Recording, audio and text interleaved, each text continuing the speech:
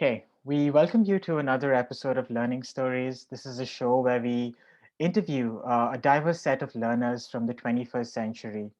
In each episode of this show, we profile a guest who has a unique story to share about how they acquired a set of skills and knowledge in a creative and innovative manner.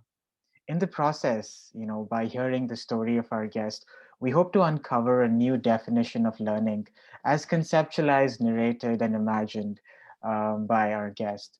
So I'm very excited for today's interview. It's a dear friend, Kritika David. She's an abstract artist, but also an aviation engineer. There's so much she's done in her life, but as an aviation engineer, um, she has over 5 to 6 years of experience and a wide set of transferable skills in the facilities management and engineering consulting sectors. And she's going to tell us a little bit about that. But in terms of her educational training, she has a Bachelor of Science in Aviation Management and Engineering from Coventry University in the UK. Um, I mean, what I know about Kritika is that um, it's there are so many different facets to her personality, um, but the fact that she's grown up in so many different countries also adds to that unique journey. She's grown up in Bahrain and India, and she reportedly speaks over 10 languages, which I think is pretty amazing. And but I I think what's beautiful about her work as an artist is that she uses it to express some of her deepest emotions, and she also strongly believes in this idea of art as therapy. So we're going to learn about these two different sides of her life, but also learn about the Kritika David beyond work and art as well. So Kritika, thank you for doing this to get started. Thank I you for know, having me. yeah, I know it's been a busy time for you, but to get started, Kritika, like one of the things I really wanted to know is who was Kritika David growing up? What was your childhood like, and what were those early years in Bahrain like for you, and what were some of your early influences? And yeah, let's just get Yeah. started there. Oh, brilliant. Okay. I've had the absolute pleasure of growing up with you. So I guess like my friends and my family and my church growing up had a lot of influence on me. But one of the things that I really enjoyed growing up in the Middle East was just the melting pot of like cultures, because we had so many different people from different places growing up. And I'm sure living in Atlanta, we experienced a lot of that Yeah. firsthand. And if I had to put myself in a nutshell of like growing up, I was a very curious kid. I was very, very curious. And I like to think about it as like, you know, curiosity killed a cat, but satisfaction brought it back. So the multiple lives of a cat. And yeah, I like to think that every time I got curious, I would just read. I'm sure you can see like the book behind me, like the bookshelf, but it's just one of many in this place of mine. Hmm. And I used to read a lot and I used to question a lot. Uh, And one of the things about the languages was that, again, I was curious. So I would hear like Malayalam spoken in the background, or like Tamil, Telugu, and like Arabic. So what I would do is like I would eavesdrop, which is really bad, but it's like confession time as well. So I used to eavesdrop on a lot of conversations and sort of like try and pick up a few bits and pieces. And that over time, it just made sense to me. And I just started picking it up as a language on its own. And so that came from my languages bit. But in terms of education with my studies, like mom's a teacher. So, and she just naturally gave me that side of her where I was always learning. hmm And the one thing that I would say that helped me a lot was just her influence in terms of like teaching and training. And also she was very good with the youth, and she did a lot of work with like teenagers growing up. And I saw this growing up and I really enjoyed that aspect of her, because I used to see these very kids grow up and like get influenced and say, oh, it's because of your mom I am where I am. And I'm thinking, I don't even know who you are, but I just like that influence that she had on people. So I want to become like her quite a lot. But at the same time, my dad's from the automotive engineering side of the world. So the engineering side of things came to me very naturally from there. So I was in two boats, but at the same time, I had to sort of like bring it all together. And I was naturally very good at studies in the sense that I took it for granted, though. I would like openly admit I took it for granted because I would study for about 2 days before an exam and still do about 70-80%. And I thought, imagine if I actually studied and actually put my heart and soul into it and what I could have achieved. So if I could go back in time, I would redo that. So yeah, that's my upbringing. I would say like even my church had a lot of influence in building me up as a youth. And my sister and I would just run off and do our own things. But we had a very imaginative upbringing, let's say. There were times when we used to make like little bits and pieces out of clay and just like have our own world and just give names to it and a creative aspect to it. So that's where I like to think my creativity came into it. So yeah, quite a lot in my upbringing. Yeah, I mean, I really like how you articulated all of that, Kritika, because now that I hear about that family background, your mom being a teacher and your work right now with mental health and the youth, and your dad being, from the engineering background and you pursuing engineering, but also having that very logical side of yourself in terms of your work as an aviation engineer and with facilities management, but then also constantly questioning and understanding what the world is like in that creative side. And I know you're very passionate about your religion as well, and that's something I'd love to know more about how that influences your work and your art. But I know once you were done with high school in Bahrain, I know you pursued commerce and you studied and IT and then the other subjects that we had, because you went to a school like a national board of education called the Central Board of Secondary Education. And a lot of us that grew up as non-resident Indians pursued that sort of path in this other culture that was Bahrain. But what made you decide to, or what were some of the reasons you wanted to study aviation management, and why the UK and why not any other country? Because choosing, I mean, what you study in university and where you're going to study what you're going to study, there's such big decisions. And I think what the decision you made was so brave, but I'm also curious about, the thoughts that went behind it, and how mom, dad, and, the people around you were supportive with that decision. Yeah, well, because I did commerce, like multimedia, and the way that we sort of like studied that was just very, like you said, IT based. And I sort of picked it out very honestly, simply because my friends were in the same group.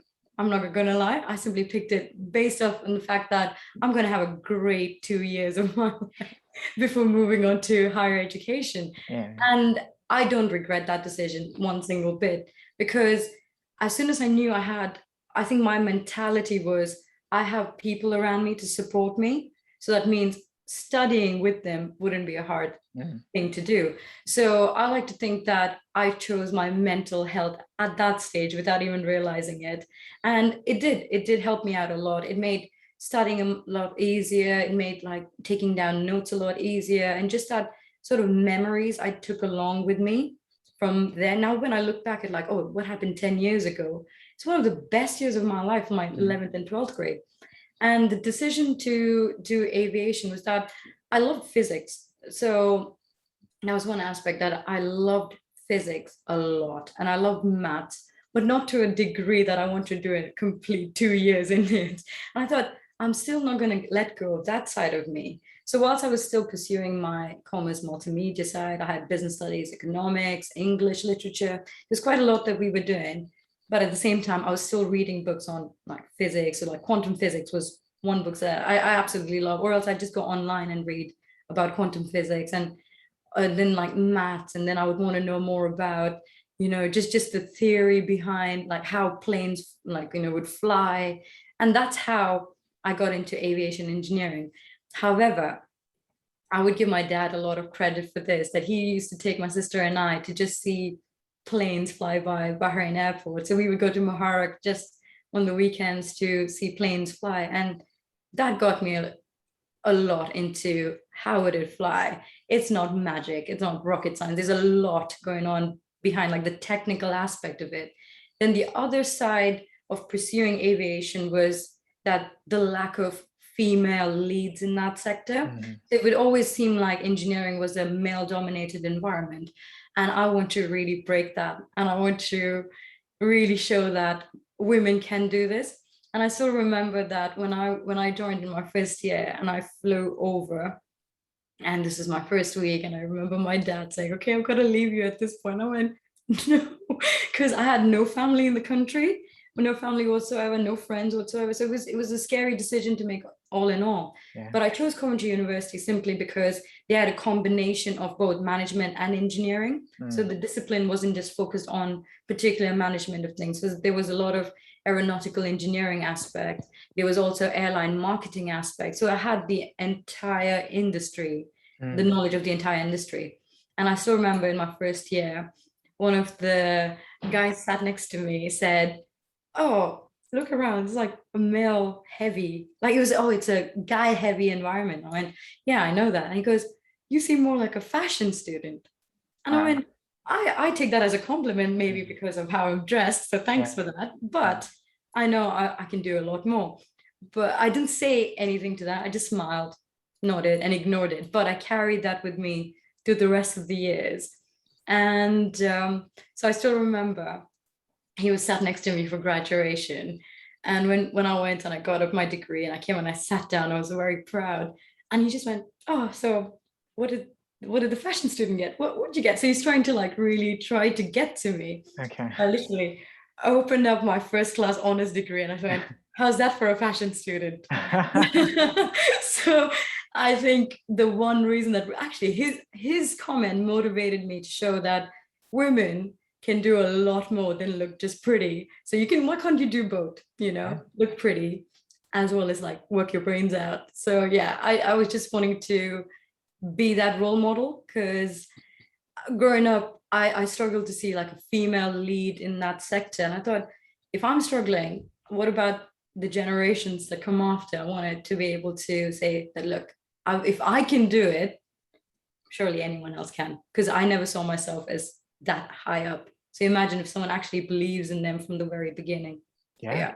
Yeah, that's such an amazing story, Kritika, and that's something that a lot of the people that come on this show talk about. In terms of your identity, there are so many facets to an individual's identity, right? There is your identity in terms of gender, your identity in terms of your profession, but then also your identity in terms of an immigrant, your racial identity, where you're from, where your parents are from.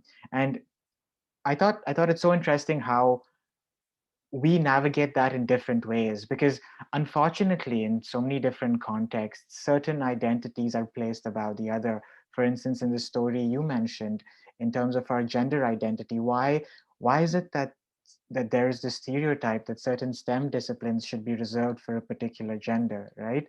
And how that works against a lot of young people thinking about careers in that direction. But I'm trying to think about how you grappled various facets of your identity in this university context. Because you're also South Asian. You were an immigrant. You're an international student.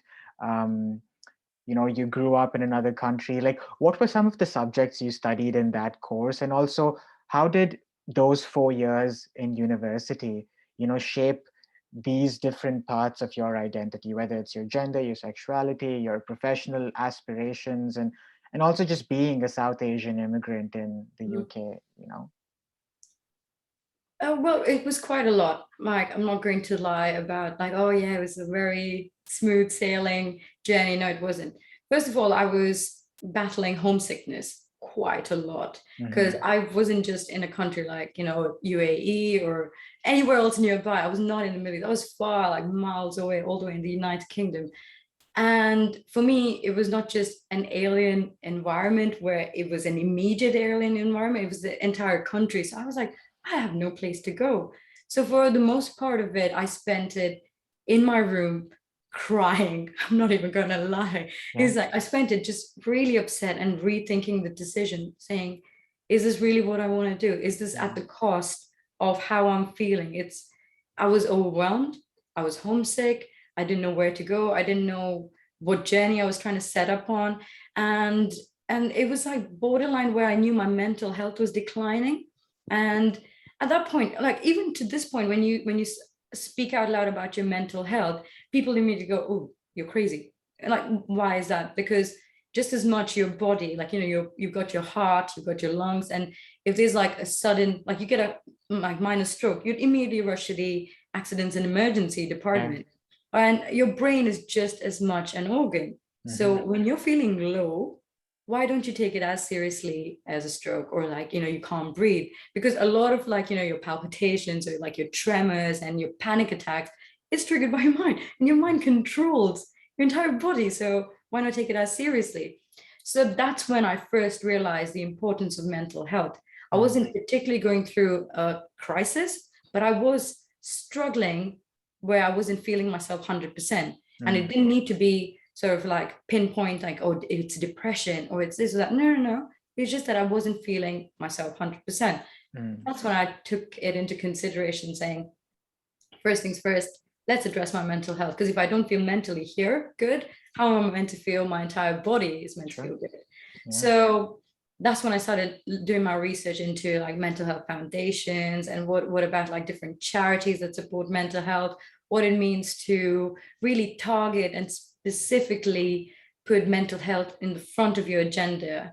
Because I knew if my mind does not feel right, then how is my studies meant to feel right? Then what am I trying to pursue here? How can I pursue an entire degree when my mind, which is supposed to have all this information, retain it, and then sort of like put it into your coursework and examination? How are you supposed to do that with your mind? So I got, again, curious. I just like started doing my research, started trying to understand, because I was an 18-year-old at that point. I had just turned 18. So it was like, I was 17 in July, and I moved to this country when I was in September. So yeah, I just turned 18. And I thought, this can't be right. Like, it makes no sense to me. And that's when I said, okay, how am I going to target this? Because I know I'm smart. Like I of course believe in myself enough to know that I'm a smart person. But what does it mean to focus your mind not just on studies, but also looking inwards? And so that's when I'd like to say that my mental health side of like the advocacy came from the very beginning. Like from like now I've been doing it for about 9 years, over 9 years now. So that's when I started saying mental health is not a joke, take it as seriously. So that was back in 2012. Wow. And then with my studies, I like spent a lot of time at the library. And I just spent a lot of time at the library, just like just reading, not just my own subject, not just engineering or aviation. I was doing a lot more than that in terms of, like domestic violence, because I knew a lot of my flatmates who were going through some really tough times of their own, and they were talking about their family life, their upbringing. So I started looking a lot along the lines of like domestic violence and then youth violence. And I had one incident that took place where I was walking up to university, my building, like the engineering building in my campus. And it was just sort of like this, it was broad daylight. And I could feel like someone just come right up to me at the back with something pointy at my back and said, "Don't move." And I'm like, okay, I'm just gonna like keep quiet. And one of my friends had like already like walked quite forward, so I couldn't actually like call on to him. And they said, "Don't move." And they literally put their hand in my pocket, took out my phone, and then so they had a knife to my back. And I thought, okay, if I actually move, these guys don't care because it's broad daylight. Yeah. They don't care. And I obviously couldn't turn to see who they were. Yeah. I just stood there like shell shocked, and my phone was just stolen off me. Wow. And that's when I recognized the seriousness of knife crime. And and obviously that meant that I didn't go to university for 3 months. I was just indoors, too scared to step out. And that one incident took place. Then another incident was where a few of my flatmates got into a huge fight, and the first things they did was pick up knives and put it in their sleeves and then walk out. I'm thinking, is this normal? Is this an actual normal thing to do? And that's when I started with like my research on knife crime, and then the violence reduction around knife crime, and then looking around the youth violence, when you particularly look at just like, why do they resort to just like killing each other or hurting each other? Why can't words just sort of like be exchanged, but not in a rough or rude way, in more of a kind way. Sure. So, and that a lot of it came down to upbringing and like, unstable environment, neglect. And that led me towards I applied to be trained with Childline. So it was with NSPCC, and I did a year-long training with them just to understand, like, to prevent bullying behavior, to understand children's right, and to really gauge the different aspects of growing up in the UK and what do people face from a very young age and how that influences them into becoming the human beings that they are. Sure. And is there hope?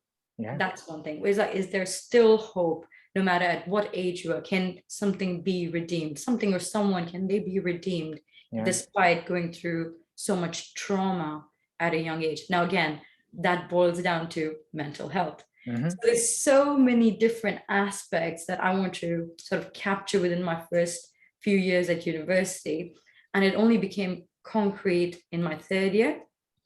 And I thought, okay, I quite enjoy sketching or just like painting for the sake of it. But I started painting for the first time in my life. I picked up a paintbrush in 2012 before I left for university. It was in May for my mom's birthday. And I cheaped out because I forgot to buy her a gift. So, let me just paint her something, which I did. And she absolutely loved it to the point she went to school the next day. Yeah. And after finishing like school, she went to like, I think a Jeep stores or something, and just went and bought me loads of paints and loads of paint brushes and canvas. And she said, okay, paint.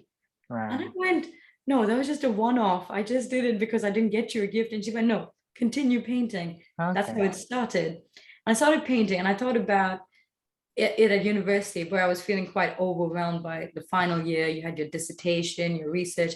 By this point, I had lost so many friends because we were all just sort of in our own zone. Yeah. And we had to figure out life for ourselves. I thought, I cannot do this. I cannot do it without community, because when you contrast it with Bahrain, growing up over there, the sense of community is very strong. Like you'd have your doors wide open, your neighbors come in, you're going to their house. So for me, just sat behind a closed door and just sort of focus on your studies was good, but I needed a break. And obviously, when like engineering or that sort of like aviation discipline, it's just so very focused and it's within certain parameters which you had to follow. Yeah. And I was trying to break the mold, and I just didn't know how to. That's when I thought, okay, I was doing a little bit of sketching, a little bit of painting here and there throughout my first and second year. But now it's my third year. Now I really need to like sort of break away from the very sort of textbook, what I need to do, what I need to study. That's when I came into abstract art. And I started like actually painting, actually taking time to sort of think about how I felt in the moment rather than sketching out something and then putting it onto a canvas. So instead of doing that, I went straight for the canvas without an aim, without a vision. And I like to think my upbringing, as a Christian at that point, there's another story actually I'm going to talk about my faith, because I wasn't always like a pro like Christian sort of a thing. And so my identity, I was struggling with my identity quite a bit as well. So I would just have, music in the background, just like sort of worship, like Christian music in the background. And I was struggling with my identity as a Christian anyway at that point. And I like to think that sort of like just plugged me back in to the source. And I would have worship music in the background. I said, okay, how do I feel right now? And what am I actually thinking about? Like, what is going on? So that was sort of bringing accountability with myself, thinking I need to be intentional about what I do. And that's when I would go straight for the canvas without any vision in mind and just paint about how I felt in the moment and what were the emotions that I was going through. And now, like years and years later, I've like converted that into a business model where I've flipped it around, and I think about clients and I think about what are they going through. So that's why I normally have a consultation, which is free first time around. And I just want to get to know them, get to know who they are, rather than just sort of like, your job titles. No, I want to know them, the person behind the job title, the person behind their name. what is it they like, what is it they don't like, Mm-hmm. and moods and all of these different aspects of it is very sort of, it's like people say it's emotion. No, again, it boils back down to mental health because Yeah. it's your identity that you place within. Yeah. So, like I said, I flipped it into a business model and I started not really analyzing them because that comes with my analytical side as an engineer, but trying to understand them as well and saying, who are you? And then what I do is sort of based off on that conversation, I take it away with me. And then I come into my environment where again I've got worship music in the background and I've got that conversation fresh in my head. And I just sit in front of a canvas and I paint. So it's regardless of whether it's like the colors that I choose or whether they've got a favorite color or not. No, no, no. I just go with what I feel in that moment. Wow. And I've even told them it's come to a point where I've given them so much guarantee that if they don't like it, they get that painting for free and another one redone for 50% off. That's how Wow. much guarantee. And let me tell you, I've been painting for about 7 years now, and Mm-hmm. not once have I had a refund. So, Really?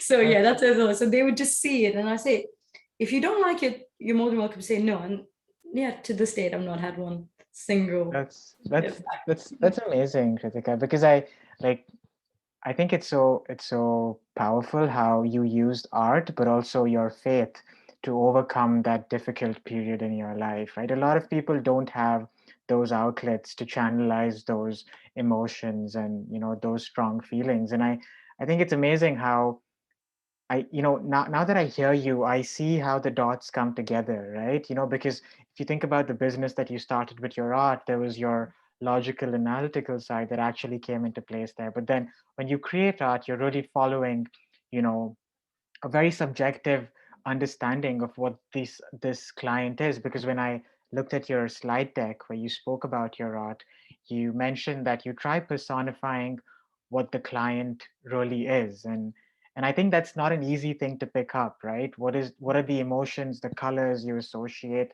with a particular client? So I mean, right after university, it seems like you lived two different lives, Kritika, and they both ran parallelly.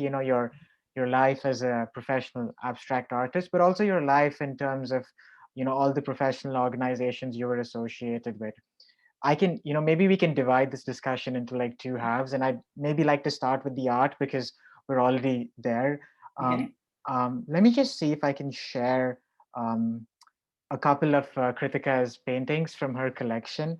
So I'm just going to share my screen because I think it'll give the viewers an understanding of, some of the work you've already done. And I'll also talk a little bit about one of my favorite artworks and why I like it. So Oh yes, please. That would be great. awesome. In the meantime, I can show the one at the back, which I'm Oh, just yeah, trying to fill in the gap. perfect. Can you see the screen, Kritika? Absolutely. Okay, so that's Kritika's profile. I'm just going to go into, so here is one of her collections called the Merck collection. Am I saying that right, Kritika? Absolutely. Yes. Perfect. So here are two artworks from that. As you can see, the way she combines colors in such a magical way, I think it's just amazing. And you can look at each one for such a long time and just stare at it and get so many different associations with it. So this one's called Dark Decisions, and that's Unorthodox Flora. Um, Here are two other paintings from the same collection. I'm going to scroll down and then we can talk about a couple of them if you want to, Kritika, because I'm sure there's a story behind each painting. And, I'm curious about some of those emotions and, the experiences that led to it. Now, my favorite painting is in this collection, the Okay. Cerulean collection, Yes. and the Lagoon and the Rust, but it's this painting, Beyond the Stars, because Ah, I'm really passionate about astronomy and, just, you know, like astrophysics in general, but astronomy, just looking up at the sky and thinking about you know there is so much beyond this planet. And yeah. when I look at that painting, I think that can be a galaxy with all those little planets. And it Mhm. seems like such a beautiful like background. But that blue, I mean, the color in the back, I think cerulean is a color. And I'm also curious about how you name your collections, Kritika, because I know like fuchsia, which was your last collection, is based on a flower that is popular in New Zealand and America, but it's also a color that's a shade of red and purple. and Yeah. and and cerulean is sort of a color that's a shade of blue. It's azura and a couple of other things. And then murk, I mean, technically the word possibly means some sort of mist or fog, but Yeah. I think there are elements of all of it in your paintings. But just to give the viewers an understanding of the form of art you create, which you would define as abstract art, would that be fair to say, Kritika? Absolutely. Yeah. Wonderful. Okay, so I'm going to stop sharing and get back to Kritika, the artist in front of you. There is a painting right behind you as well, so that's Yeah. another one we can see. But Yeah. tell us a little bit about abstract art, Kritika. For the people that are not familiar with it, how would you sort of share your understanding of abstract art? And then maybe tell us the story behind a couple of paintings that you feel really strongly about. Yeah. Okay. So abstract art is, it was mainly about like abstract expressionism. So it's about, I think it's like an American movement where people were just trying to break the mold and they were just trying to be like different and they're trying to express themselves. That's why it's called like abstract expressionism, where you're like literally trying to express yourself through your art. And it was mainly not to be confined by the lines and like, all the other things which people do it absolutely beautifully. And there's certain things that I thought I can never do that. And it's just amazing to see how people just like use their talents and their abilities. And I, for a fact, was really discouraged at first, Mm. thinking, how am I not able to do that? And why do I always color outside the lines when I was growing up? In fact, I still remember this. When I was in kindergarten, I had a teacher called Mrs. Sharma. I'm never going to forget her. Absolutely loved her to pieces. So Okay. Mrs. Sharma told us to, just draw whatever we want to draw, and then they would stick it up on the wall. This is funny because I know what's on it coming.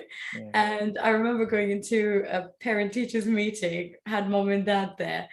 And she told me, I didn't want to put this on the wall. I still remember this as a little kid. I didn't want to put this on the wall, but I had to.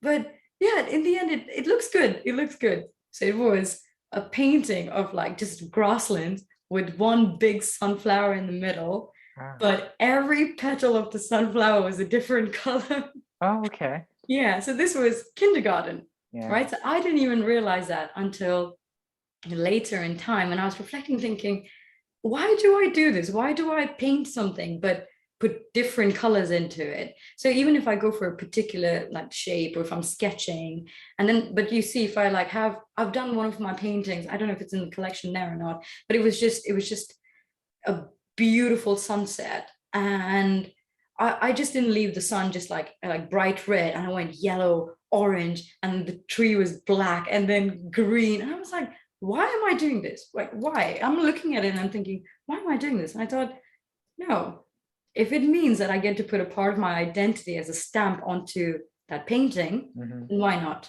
Why Sure. not? If I'm trying to define myself, because there's one of me, Yeah. like just like there's one of you, there's one of each person in this world, there's one.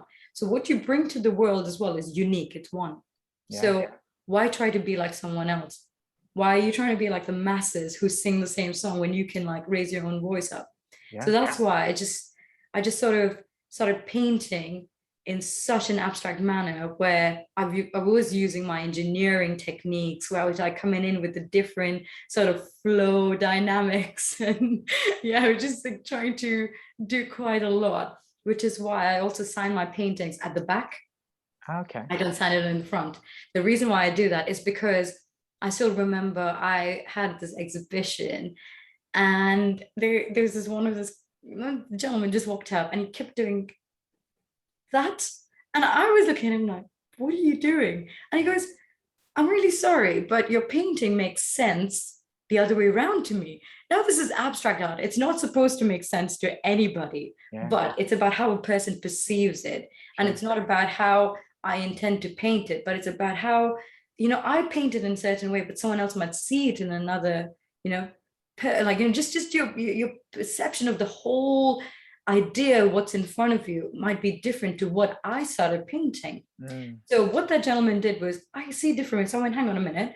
And I actually turned it around to the angle that he wanted to see. And he goes, oh, to me, it looks like this tree is meant to connect to this. And I'm just like, wow, Yeah. I didn't even see this perspective until he said it. Yeah. And that's why I said, you know what? I'm no longer going to sign the front. I'm going to Yeah. start signing at the back. So every individual can put it up in any size or shape or whatever they want to like put it onto the wall, they can do it. And yeah, I think that sort of attracted a lot of people. And I like to think of my, like, a lot of it is inspired by Jackson Pollock. So if you see, there's a lot of drip paint, but there's also like Willem de Kooning, and the way he sort of like puts his art into that. You should see a few of his work as well. It's just very interesting because you're just like, oh, which side is it? Yeah. And when someone else pointed it out in my art, I thought, this is brilliant. This is It's absolutely and like, I didn't even expect yeah, it. it's actually a funny story. I remember visiting the Museum of Modern Art in MoMA in New York, sorry, and I Mm. saw a Jackson Pollock painting there, and I sent you a message telling you that some of your work reminded me of some of the artworks I saw there, and it was just such a strong reaction because I I think that the beauty of art is that it can cross like cultures and boundaries. You don't have to speak the same language the artist is speaking to be able to access it, right? And something I noticed, I'm also very passionate about Rothko, like Mario Rothko's art, Yes. and he just uses two colors, and he places them beside each other. But even like Jackson Pollock, I Mm. feel like what's powerful about your art, and this is again sharing my subjective understanding of it, Kritika. And I think that story of not having your name so that you leave it to the viewer, that's beautiful and amazing. And because there are so many ways you can interpret a color based on your associations with it, right? For instance, when I see the color blue or a particular shade of blue, there is Mhm. a sense of calm I associate with it. Yeah. But I also associate blue with certain experiences growing up, like um, maybe a blue bat I had, and or maybe a blue book I had, or maybe a blue shirt I had. And then as soon as I see the blue in your painting, I connect my memories with all those objects to the blue I'm seeing. And then for some reason I see another color, and then I have other associations with it. And then also the way colors and lines become shapes, and then they become objects. I think what's beautiful about abstract art is that it's a lot more open ended, and there is such a possibility of co-creation of the piece of art with the viewer that's seeing it. And one of the activities that we do with our class, and it's again like thinking about how art is something anyone can access, and these are fifth graders, so we showed them like a Van Gogh painting. It was Mhm. Starry Night. Okay, and the first thing we ask them is, often they look at such art and they'll be like, this is not for me, it's too complex. But then I ask them a simple question: what colors do you see? And then Mhm. all of them have like 100 different answers, and they see colors that maybe even adults don't see. And then Mhm. what lines do you see? What shapes do you see? And then we maybe move on to a question where we ask them, how does the color blue that you see on this painting make you feel?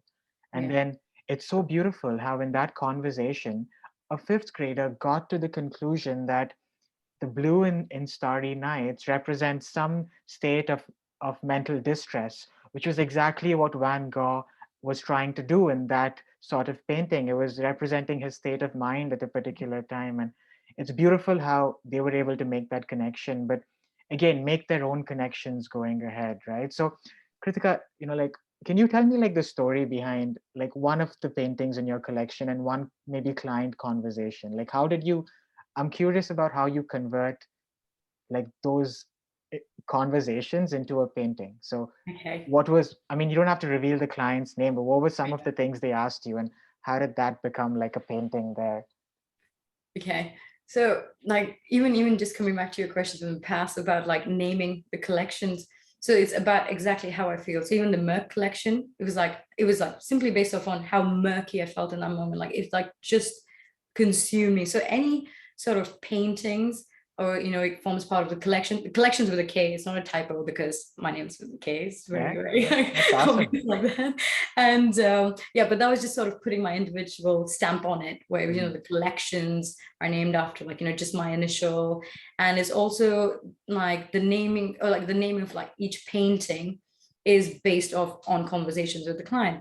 mm, So the way it works is, say if you were a client and we would arrange a time to just like sort of like meet up, like mainly outdoors, because I don't like immediately go into someone's space and just sort of pry onto it, but I just sort of meet outdoors where it's like neutral space and I'm trying to understand them for them.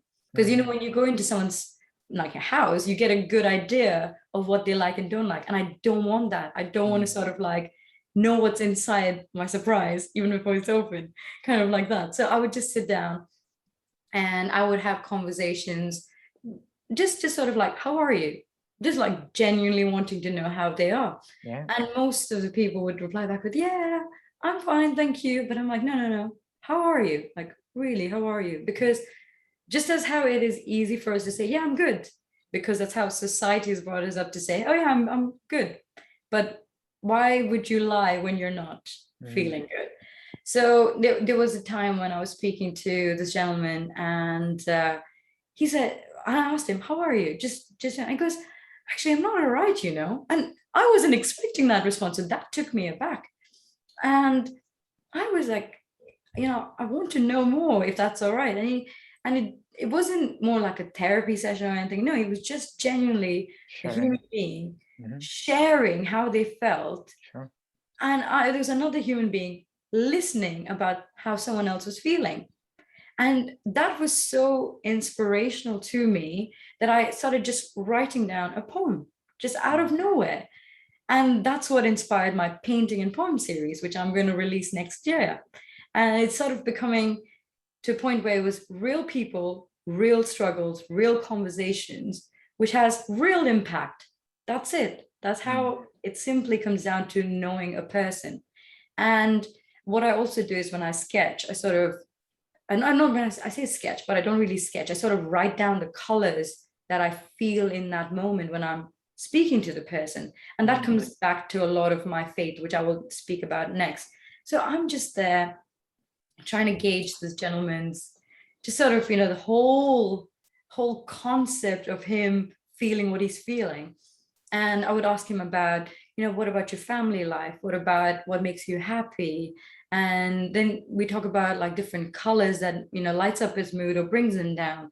And sometimes there are times where I use those colors that bring him down to actually bring out another color that he likes. So there's quite a lot that I end up doing just by the conversation. And then it goes on to like nothing related to work, nothing related to family or your history. It's all about being present in the moment. It's about that intentionality that you said, thinking, what about now? Because a lot of people spend time. So as human beings, we spend a lot of time, regretting the past. Oh, if I did that, if I did it, if I didn't do that. Or else we're about the future. We're worrying about it. Like, oh, what's going to happen? What's going to happen? It's so much that your past and future just become past and future, past and future. What about your present? Yeah. Why aren't you enjoying that? Like, what about the present? What are you feeling? How are you feeling? So a lot of my conversation, a lot of my paintings are inspired about in the moment, being present, being intentional. And for me, when it comes to my faith, like growing up in the Middle East, I feel like I was piggybacking off my parents' faith as Christians.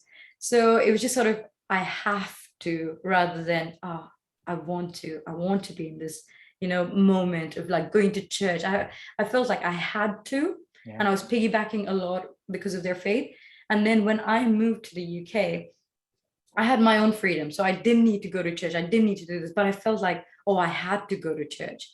And I was doing that for quite a bit. And I knew my mom was always praying for my safety because I'm a clumsy person. Like clumsy K doesn't come just out of thin air.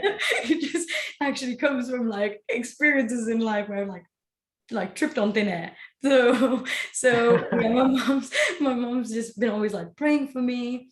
And I've had few life experiences where like severe life altering experiences where I know it was not off here, this level here. And it was simply because of a prayers. And it was I don't believe in coincidences anymore, because say something was happening to me here at 2 a.m., 3 a.m., and my mom's prompted to wake up there in Bahrain. And then my aunt in Bombay is prompted to wake up, and they both call each other up saying, we need to pray for Kritika because we feel the Holy Spirit leading us to. And I'm there like, what? And then I'm thinking, how did you know what I was going through? But then they'd just be there praying for me. And incidences like that became too much of a coincidence for me.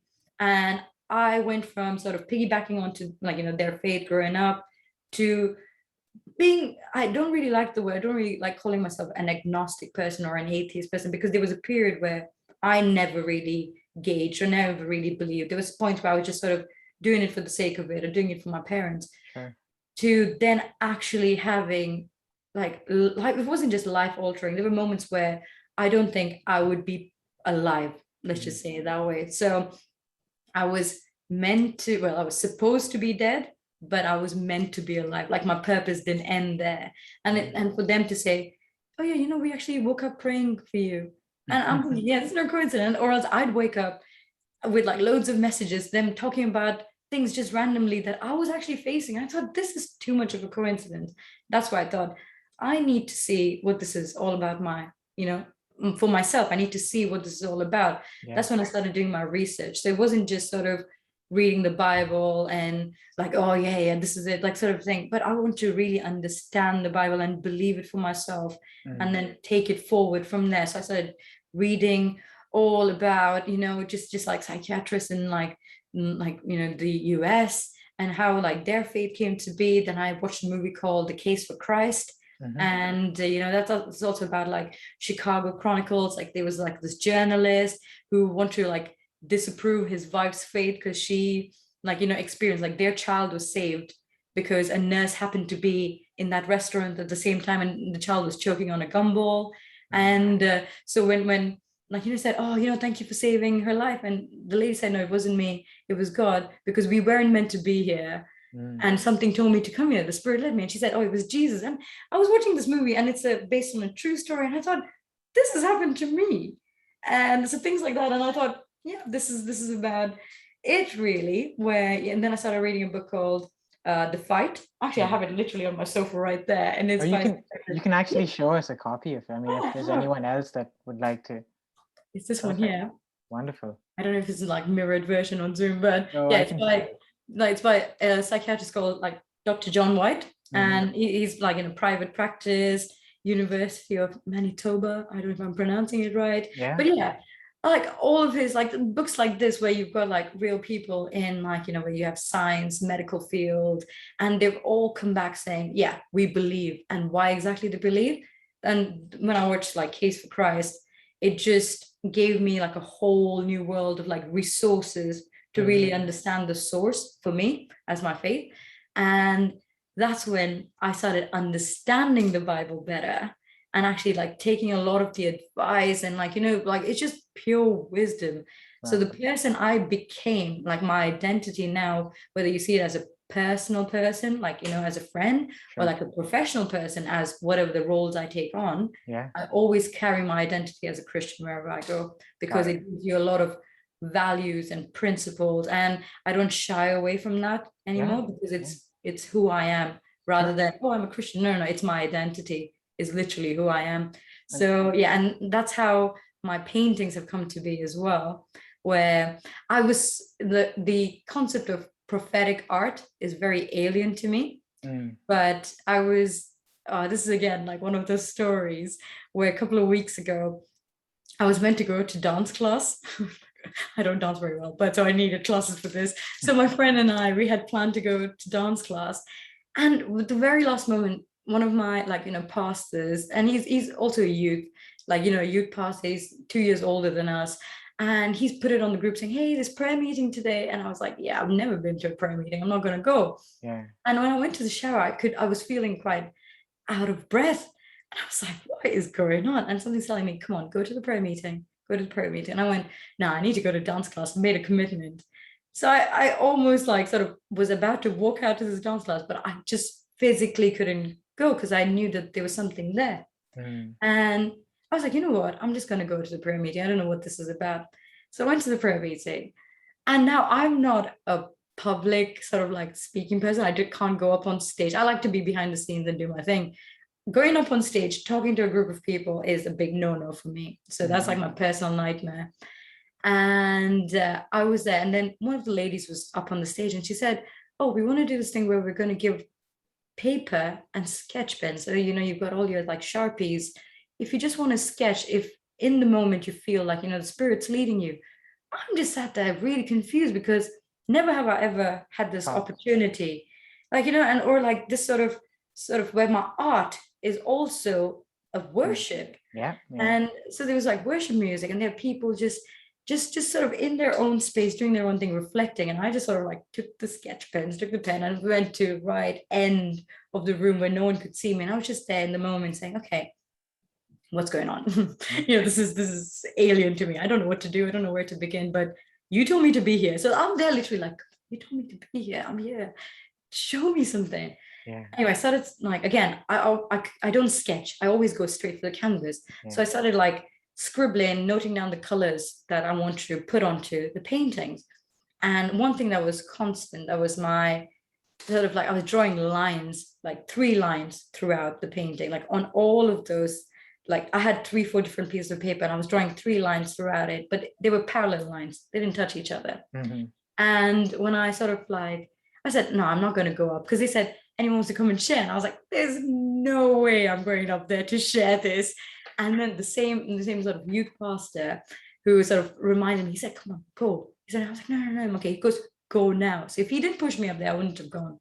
Okay. And I went up there, and I just sort of, the way I just spoke, and the way I sort of like had like the right Bible verse to say, and like I didn't even know this Bible verse existed. You see, just sort of like in the moment. And then someone else who went before me, I didn't even pay attention to that person. They spoke exactly what I was speaking about. Wow. And I hadn't revealed the 3 lines in my painting. I hadn't even revealed the drawings, but I had this drawn up, and I put it in my sketch pad and just sort of just put it on the side. Then another gentleman goes after me. Now he has no idea what's in my drawing. No one knows other than me. Mm-hmm. And he said, oh, I saw this vision of 3 circles around each other, like concentric. I was just like, I had 3 lines, and they're parallel and they don't intersect with each other. And I was like, what is going on? So that's when I thought, I cannot just sort of limit it to myself. There's something hard work. And that's where my faith comes into practice with my artwork. And what I did was, I came back home that day, and for the first time in my life that I've painted, I've painted now for nearly a decade. For the first time in my life, I painted 4 paintings under 2 hours. Wow. And I've named it the Zechariah collection, simply because the Bible verse that I've got was from the book of Zechariah. And yeah, so that's where, that's how I get my names, where it's like, it's always a painting that influences the name. So I don't come up with the collection name first, I come up with the paintings, and then I name it. So the colors in the collection are what I sketch during that time. Yeah. And the 3 lines, instead of it going through the paintings, I'm doing it around the paintings, which are forming the frame of the painting. So I've got 4 paintings with the same colors, with the same like sort of like 3 lines, but it's as the frames of each painting. So yeah. Wow. And is that going to go up on your website soon? Like, is it perfect? Yeah, that's going to come out towards the end of the month. I've still got quite a few sort of like varnishing to do, and like for it to naturally dry, because I don't force dry it. I like to naturally dry my paintings, because it just sort of brings out the color. And what I do is I make my own paints as well. You do? So, yeah, I do. So the experiments can sometimes go really wrong. Yeah. But I feel like that's such a beautiful thing to do, right? Because I mean, I think that's the chemist in you also trying to figure out what you're doing right there. Yeah. But Kritika, that story about how you found your faith, I think that was beautiful. And I think it's also something a lot of young people, also want to understand, right? Often we take up our faith based on the people that came before us. We just naturally take it and do it because it's something someone else that was looking after us did it. But I feel like it's amazing that you were able to find this strong connection to your faith, but also find a way to express it in your own unique manner, and you saw that art was that medium, but also how it gives you the sense of hope, right? And what you said about being present, it's so valid, right? We're often, as humans, lost in thoughts about things we did in the past or things that need to happen in the future. But if you think about it, the past and the future is basically your present at a particular point of time, right? And I think your work, your paintings give another person a chance to be present. You tell them to just come in, look at these colors, and tell me how you feel. And in that moment, I think that individual goes through a fundamentally human experience of conversing with another person based on shared associations, right? And I think that's what being human is in so many different ways, right? So again, and that's something I really push forward in terms of the people that come on the show. If there's anyone interested in artwork by Kritika, I'm going to be putting Kritika's website in the show notes. So I know she does commissions for corporate organizations. And do you also send it across, or is it just limited to the UK now, Kritika? Or if somebody does want something across the world, is that a possibility? Yeah, I'm trying to expand. When I say trying to, I should be expanding it because I've got quite a few interests, and I'd love to sort of just take it to the next level where I want everyone to be able to sort of have a piece of my art where if they relate to it, I'm more than happy to ship it worldwide. Yeah. Sure. So, I mean, if you're in the UK, a great place to start off to see Kritika's art and the work that's available for purchase is her website. So do reach out to her, but, stay in touch. I think, we're lucky we caught her on the way up because I think she's going to be a wonderful artist and maybe there'll be bigger interviews coming up. But Kritika, now that's about your art. There's this whole, I mean, we don't even know anything about your professional life. I've actually like chronologically Okay. written down all the experiences you went through. So you got a Bachelor of Science in Aviation Management, and then for a year outside university, that was from Jan 2016 to December 2016, you were the Business and Community Interaction Assistant and also the IP Commercialization Resource Person Yeah. for the Enterprise and Innovation Group at Coventry University. So that was a role you had for 1 year. And right after that, you took on the role of a business development lead at Affluent Technology Limited. And that was a company that provided services and products in the aerospace and automotive industries. I mean, correct me if I'm wrong. Once I just go through this, so you were there for about, I think, 6 to 7 months in 2017.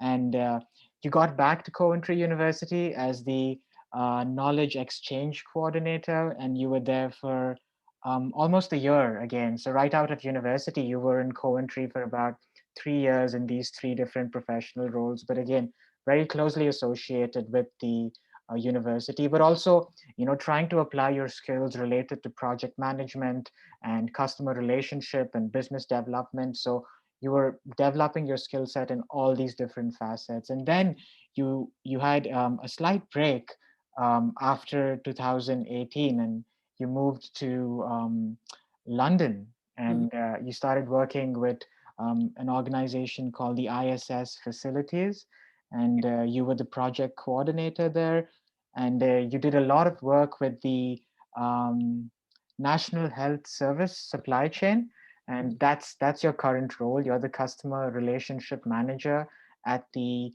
National Health Service supply chain in Southwark. Is that Yeah. is that London. Southwark? Yeah.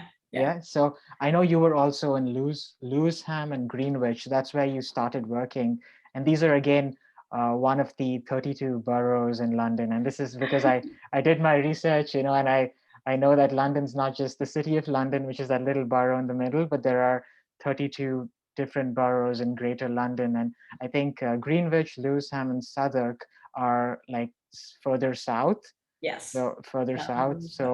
So yeah, you were in, like, I think technically in your time in the UK, you were in the West Midlands in Coventry, which is further north, and then you moved to London, which is like this big commercial and financial hub. So Yeah. I basically like listed out 5 years of work experience. But Yeah. if you had to, talk about some of these experiences and how they shaped your professional outlook going ahead, and maybe just share with us some of your professional aspirations in these, going ahead, because I know, I mean, off the top of my head, I know that you were very passionate about your work during the COVID pandemic with the National Health Service supply chain. And I know you were part of a facility that was set up um, just to serve certain needs at that point of time. It was like a 4,000 bed facility or something. Yeah. And so Yeah. that is a professional experience you feel strongly about. But if you had to go back to January 2016, and it's Yeah. I think September 2021 now, right?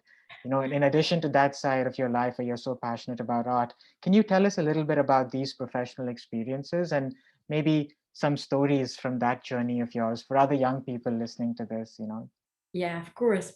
So I think the way that I started off my career was sort of like, jack of all trades, master of none, but oftentimes is better than being just a master of one. That's how the whole saying goes, which people just say jack of all trades. That means, oh, you're many hats, but you don't actually like, yeah. But the whole saying is actually like, it's better than being just a master of one. And that I took that very personally when I found out the entire, saying. And I was like, I didn't realize when people usually use this as an insult, but I want to make sure I'm a jack of all trades. I want to know everything. And that goes back to, again, my upbringing, where I was curious. I was always reading. I was always trying to understand. And sometimes I took it for granted, like I said, to the point where I was just like, I would study 2 days before an exam or a date. Like there were times where I shouldn't be admitting this, but now it's been quite a time. I've graduated. But for my 12 board exams, in fact, I studied 24 hours before I actually went into an exam. For some of the exams, I studied like just that morning. And I thought, I shouldn't be doing this. But there were times also at university, especially with my project management, I studied, again, 24 hours before I actually started. And I thought, why am I doing this when I know I could be doing a lot more? So, but when I graduated, and I actually, the role that you mentioned about, like in 2016 that I actually started as a graduate intern. It was for the intellectual property, the enterprise and innovations. Intellectual property was one of the functions within the team. And they took me under their wing as their, graduate intern. And I was exposed to so many different opportunities. And I would definitely say that they have really made me the professional that I am today. And they'd given me so many different opportunities. It exposed me to a lot of the, the different aspect of like strategic partnerships. And you had the intellectual property office. And then obviously you had also about like the knowledge exchange. And there was quite a lot of things that they were doing between sort of bridging academia with industries. And I really like that. I really want to know more about how they did what they did. And so one of the opportunities they'd given me was to go away to South Africa. So I was in Stellenbosch for about 6 weeks. And as a graduate intern, they had put so much faith in me.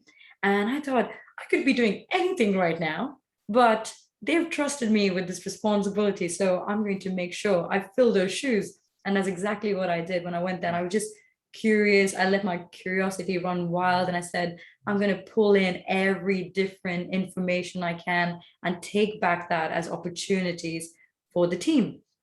And because of that sort of initiative that I'd taken, they had sort of like extended it, like offered me another role as, the business and community interaction assistant, where I work very closely with the director of enterprise innovation. And to this date, he is my mentor. So you can see the journey that I've had so far.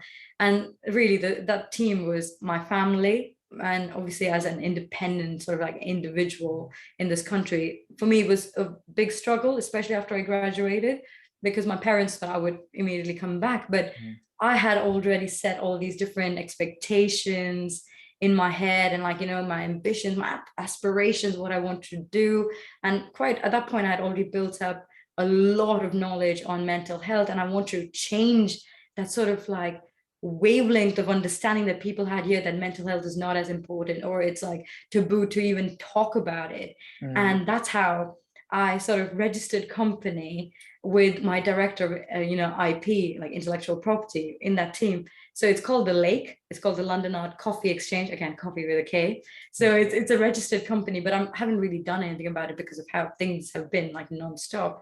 But he had actually helped me with registering company, registering a trademark. So I've got a trademark in place for the logo and everything. And yeah, that team had encouraged me and built me up, and I knew exactly what I wanted to do. So that's when I thought, if I want to come up to the level of being a CEO or my own company, I want to be able to really earn that level. And that's when I started. From there, I got another job, and it was again within the same vicinity, about with Affluent Technology. Again, great company that just enhanced my knowledge on the engineering consultancy side of things. And I had been exposed to a lot of different sort of set of skills that I thought I didn't even have. And yeah, it just built me up as an individual, mainly as my identity as a woman in engineering. And I recognize a lot of things that I could tolerate, and I would definitely not tolerate what I loved and what I despised. So I knew that sort of like shaped myself as an individual personally. Mm-hmm. And then I took a break because so most of the gaps in the reason why I'm a contractor, the reason why I do contracting is because I wanted to consciously set aside time to do my youth work.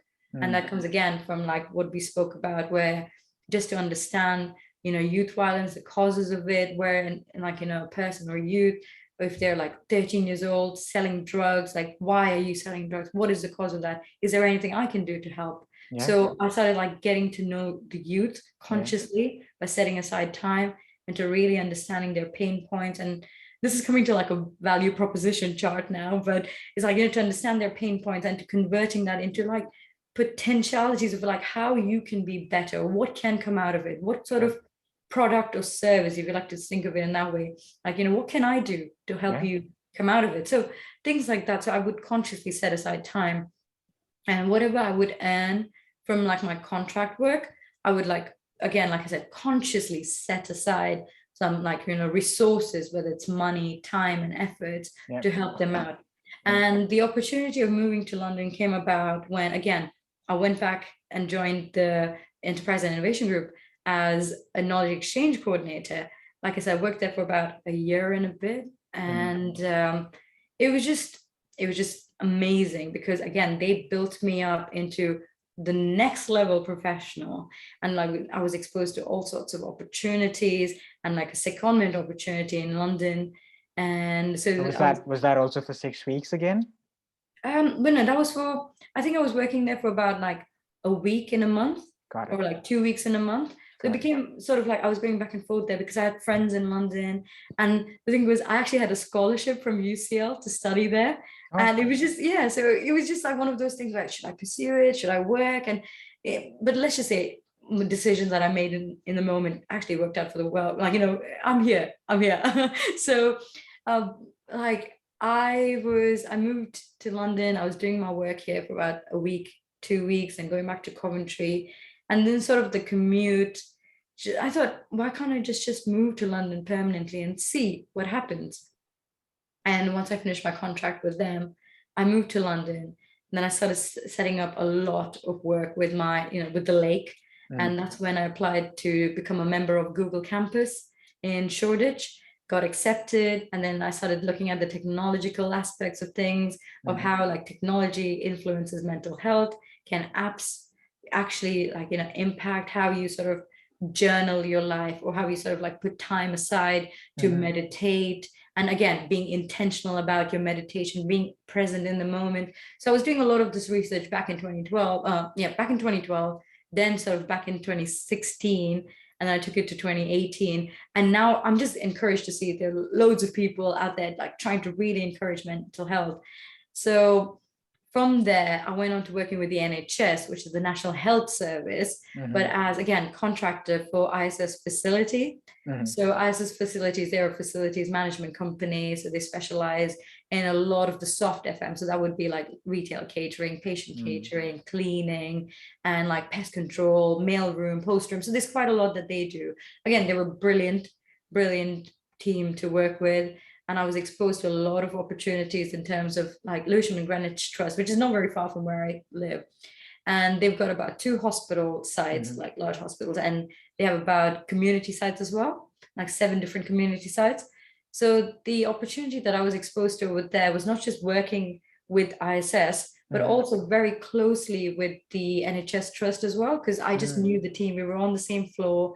I would spend a lot of time just getting to know them, the work they did, and what it meant to have that community site in Southeast London, and what it meant like for them to serve the community out of the hospital side. So that, again, got me curious, and I started doing my own research, started writing my own research papers in terms of finding out a lot more of the impact the NHS have within their community. Wow. So now the NHS are very different to NHS supply chain. So that was a function that I came and worked with like recently up until July. So now I'm on this like long sabbatical because I've been working nonstop since the start of the pandemic. So I'm now just taking a break, again, just working with the youth. But worked with Lewisham and Greenwich, and then immediately I was pulled onto like NHS Nightingale Hospital. Mm-hmm. And at that point, because I had sort of like finished up my job with them, or sort of like left it, because it's feel like ages ago now, but I was sort of like moved away from the Lucian Greenwich Trust, working with ISS facilities, to taking probably a week's breather. Mm-hmm. And then the operations director, had called me onto the Nightingale site. And at that point, it wasn't Nightingale, it was just London Excel Centre. And I knew of it as, oh, London Excel Center owned by like Abu Dhabi, convention center. This is like, what is going on here? Mm-hmm. But when I was actually briefed saying this is in response to the pandemic, the COVID-19 response center, we're going to have about 4,000 beds here. We're going to start it up with the Ministry of Defense, the Department of Health and Social Care, UK government, and the NHS. And I knew it was a big step up. And for me, it meant as a professional, I had to do a lot more than the normal, what was expected. Sure. And because it was a response to something that was like quite drastic, we knew people were just dropping like flies, and it was very personal in the sense, like I knew people who had passed, and people from church who had lost a lot of people. And I'm just sat there thinking, how can I make a difference here? What can I do to like genuinely go out there and be a good leader, if it all those skills are required of me?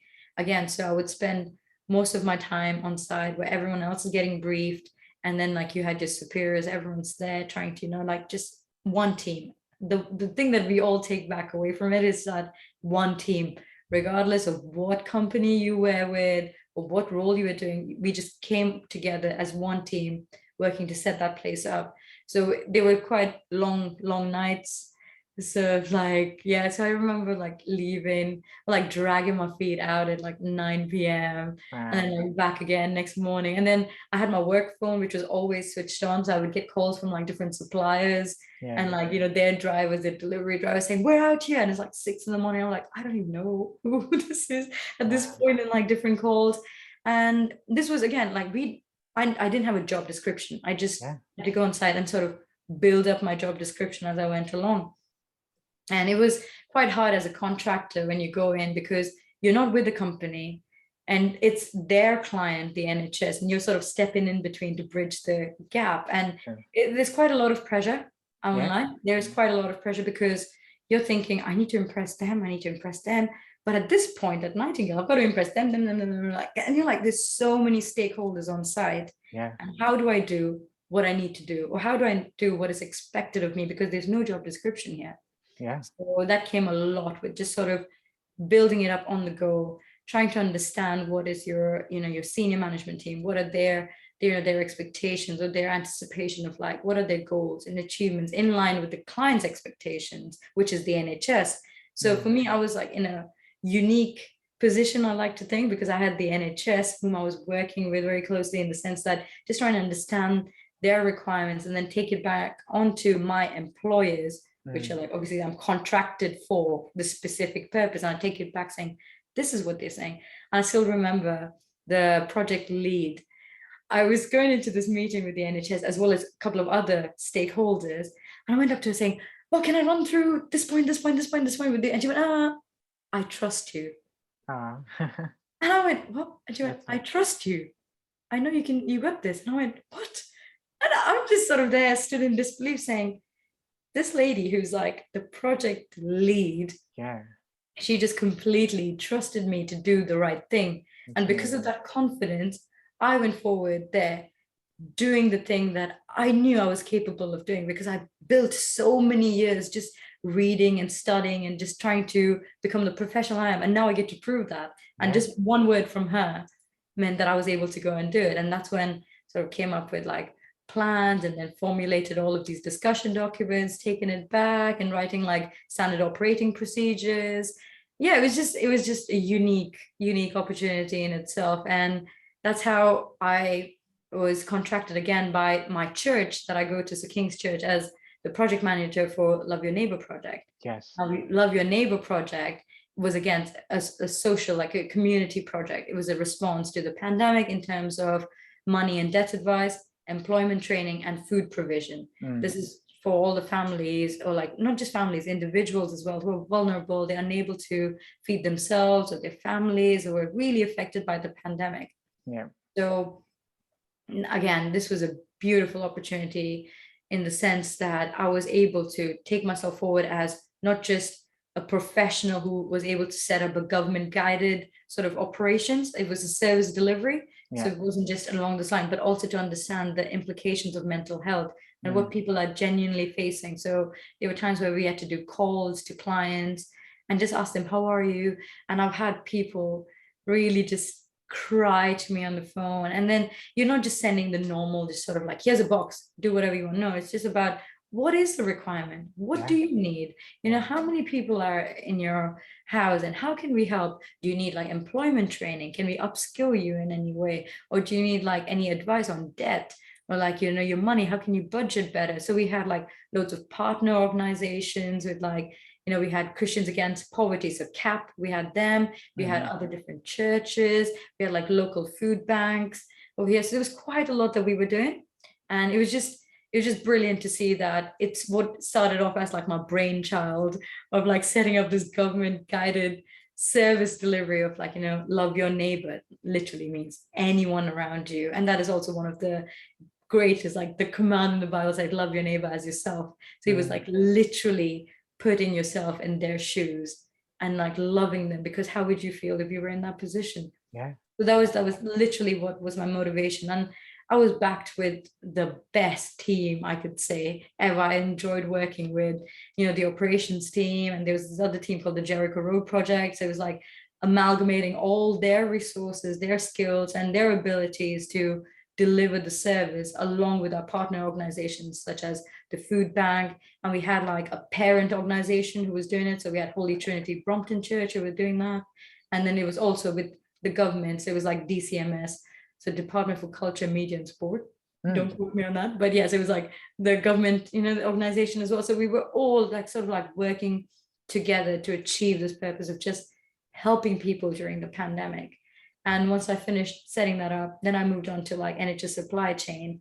And that was as a customer relationship manager, and just trying to understand, and just like sort of supply chain coordination is just about movement of consumables from one place to another, the stakeholders, the different towers involved in terms of who handles what sort of consumables. So you have like sterile ward-based consumables and like pathology. So you had so many different aspects of NHS supply chain, which is like a different function. Sure. And I learned a lot. I learned a lot of the different trusts they work with. And I had such a great team. For those couple of months, I just sort of spent time just understanding it from a procurement base, like a completely different local and government-based procurement. So trying to understand the motivation behind it. So there's a review called the Lord Carter's Review.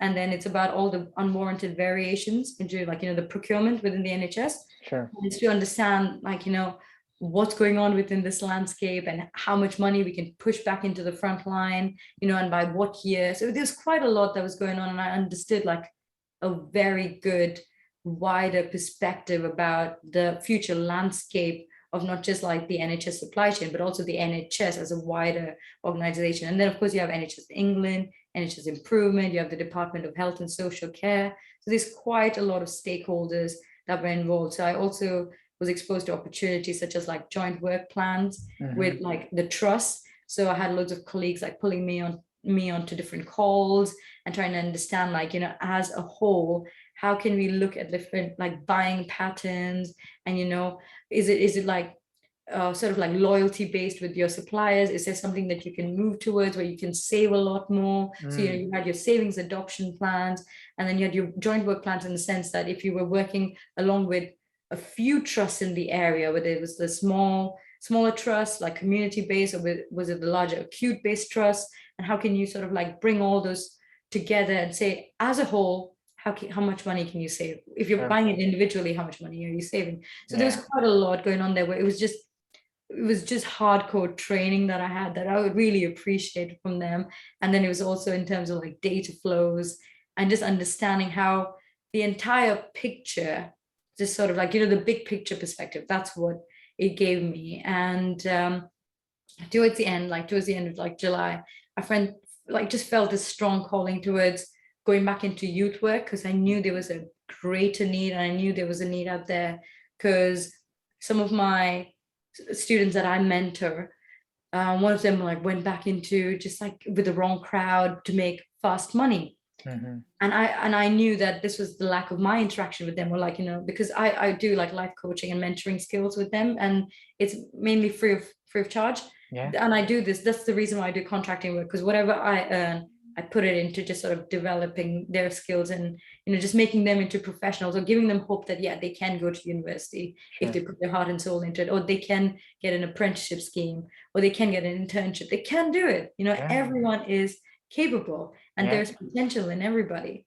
So I sort of went with that, and I felt that strong pull towards it. And there were quite a few personal factors as well. And I thought, okay, now is a good time for me to take a pause from working and go back into youth work and supporting it, where I can see my boy just back on the streets there doing like, things that you're not meant to be doing. And I thought, Mm. right, it's time to pull you all back in because I need that accountability. And that's when I sat down with them, started making plans, started saying, okay, this is your 2-3 month plan. This is how I want you to break it down into writing your statement. And, let's apply it to a few like scholarships and this funding. So there's quite a lot that I sit down and do with them in those aspects as well. Wow. And yeah, so that's where I am at now. And every now and then sort of like take a 1 day or 2 day breather, but then I go back straight into it. And in fact, I'm actually doing like this level 2 like certification right now in terms of understanding like sort of it's mental health first aider. So it's Mm-hmm. like actually to be able to be that first response and like to give that real advocacy for mental health. So that's why I'm like really developing myself as well. So That's yeah, it's a new season. We'll Yeah, see. I mean, that's amazing. I think what's really inspiring, Kritika, is you're always open to picking up new skills and reskilling and just understanding how you can be more efficient. And I think it's like I mean, you did such a great job explaining like 6 years of work life. I mean, your work life in like a couple of minutes. But I mean, there is so much precision involved in something like facilities management or operations management because it's basically the thing that runs a lot of the other things that we take for granted, right?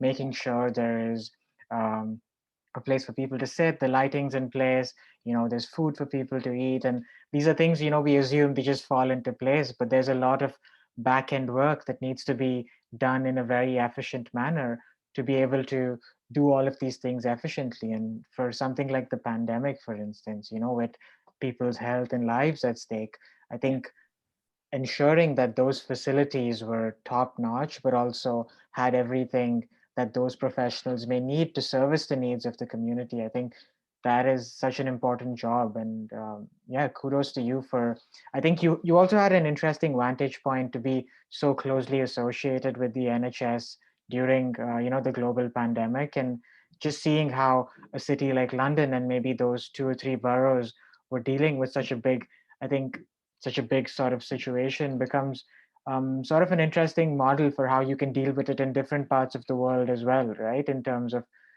processes and systems that you set in place, and also that systems thinking point that you made, just having the larger picture at the back of your mind is always important, and keeps you going in the short run, right? But I think it's nice that you're also jumping into um, the youth work that you're so passionate about, right? I know love thy neighbor is something that you've been closely associated with for such a long time. But I think the fact that you're able to convert several different parts of your identity, right, Kritika? You're so passionate about mental health, about youth mentoring, about being creative, but also about just using systems and processes to ensure things flow seamlessly.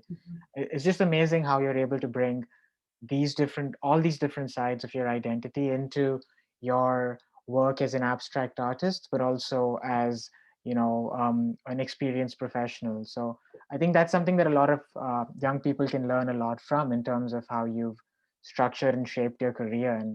And yeah, thanks for like sharing that. I mean, there's so much I can just keep talking to you about each experience and each, but I want to be respectful of time. And I had I just had like certain thoughts about um, maybe if there was, because you were in Coventry and London, right? And I was thinking about how these places inspire you in terms of, because I was actually just reading up on Coventry, and I know that at one point of time there was a bombing there during World War II that, um, Yeah. and there is, and because of that, the church over there, and even the city faced a lot of hardships. But there's also a big, like, abstract, I think there's an art gallery there, the Herbert Yeah. art gallery, but then also London, if you think about it. I mean, there are so many amazing museums there, like the National Gallery, the Tate, and Yeah. the British Library, and stuff like that. So how do these cities inspire you in one way or the other? Yeah. Yeah, the one thing that I really like, this comes again from my mom, is the history side of things. So like the historic events, and like you mentioned about the bombing. So the Coventry Cathedral that was bombed, that's still there. That's still there as it is. But they also built, just on the opposite side, they built like a newer, like version of the cathedral. But what they call it is about the reconciliation. That's something that I really like, that just because something's old and it's like broken down by this, but it doesn't mean that it needs to completely be gone. So that part of it is still there. And I really liked that aspect of like Coventry, where you've got so much history and you get to see it. And it shows like they have also the Lady Godiva statue, and there's like a story behind it. I don't want to give you a really bad story because I don't know the full thing, but I know about, like, because of the increase in taxes, she said she was going to like ride around, we're not wearing any clothes. And then, you get the whole tale about Peeping Tom, who like looked and things like that. So when you think about, oh, Peeping Tom, like we use that phrase in Bahrain without even actually thinking about the historic roots of it. And I thought, oh, okay, that's where it comes from. And then you have like London. When I moved to London, I because I'd always visited London, and I was doing like a lot of work back and forth with London. So I was exposed to the London lifestyle, but it was always the glamorous side of things. It was never really, no, what is London actually about? And that's when I thought, okay, I'm going to do this thing where probably it's quite dangerous, but I used to switch my phone, like, just to sort of no maps, nothing, but I used to switch it off, and no, not my phone, but yeah, and I just put it in my pocket and just sort of drop myself off in a location and just walk around, just exploring the city. I think that's the best way to actually, get to know a city, is to just start walking and, just seeing different places. And sometimes we get so overwhelmed by ensuring a place has, the right reviews, that we cut out so many experiences that, we may be exposed to. And I think it's amazing that, you were able to just explore that city in that sort of way. But Kritika, do you, like, in terms of because you mentioned the book, the movie and the book that you shared, The Fight. So were there, like, and this is something that we normally end the show with, if there's someone that wants to know a little bit about the things you're interested in, like abstract art, or just your passion for youth work and mental health, are there some books, movies, shows, or artworks or artists that you think we can look up, just to get us started in that direction, or even resource websites for that matter? Yeah, of course. So I would definitely say, John White's The Fight is a really good book. And also, when you come to like artists, definitely look up like Willem de Kooning, because that was one of the names. And then you've got to look up like Jackson Pollock's work. A lot of the people like know about it, but there's also an artist called John Mitchell. So I can I'm more than happy to like send you a list so you can put it on, your little description as well. And in terms is that Joan Mitchell the singer? No, it's the artist, right? Okay. Yeah. Perfect. They probably have the same name. So Yeah. And then in terms of like the movie, I mentioned The Case for Christ.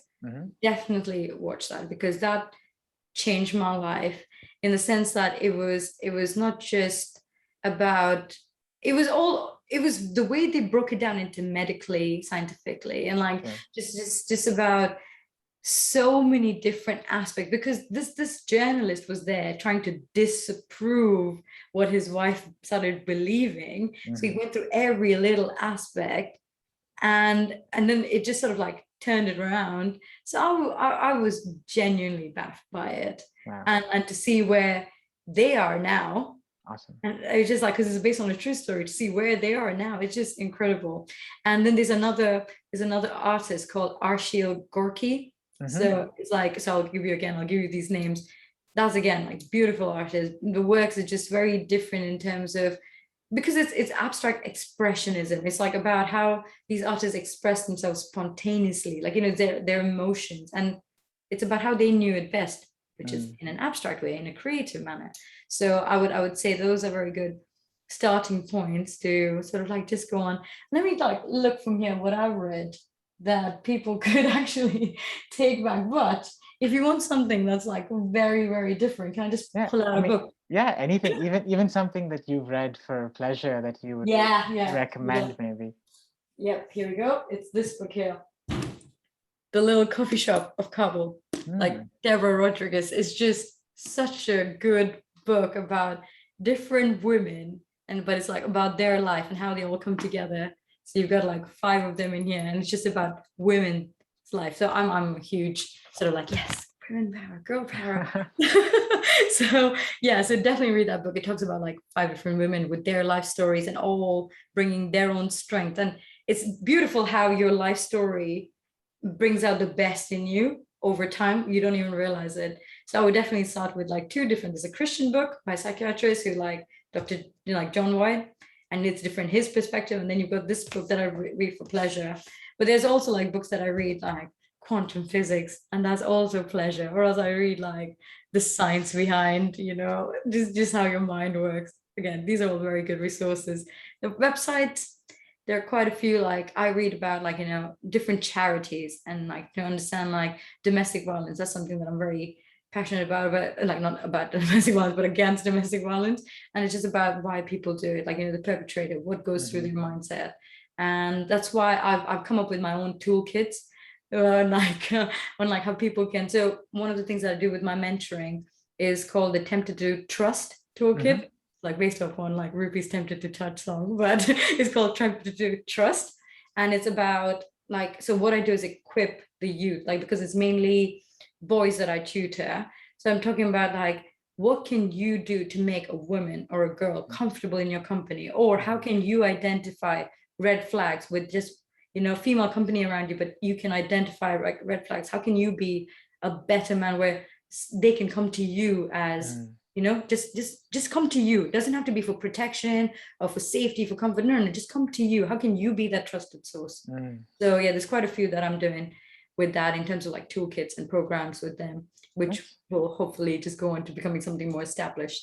Yeah, Yeah. yeah. I'm gonna, put links to all the people and the books that you recommended, maybe a trailer of the film and a couple of other things. Yeah. But if you could share maybe a website or two related to your mental health and youth mentoring work, that would also be great, Kritika. But again, I think this conversation can go on, and I want to be respectful of your time. I did tell you an hour, but we went a lot longer than an hour. But Kritika, thank you so much for your time. I think this is going to inspire a lot of young people that may take up a similar path or may even take up different paths. Just thinking about everything you've done, from growing up in Bahrain to moving to another country to, graduating with that degree, and then all this professional experiences, but also being a businesswoman, starting your business, creating art as an artist. I think it's just amazing to see, the direction you've taken your life in, and there's so much to learn for.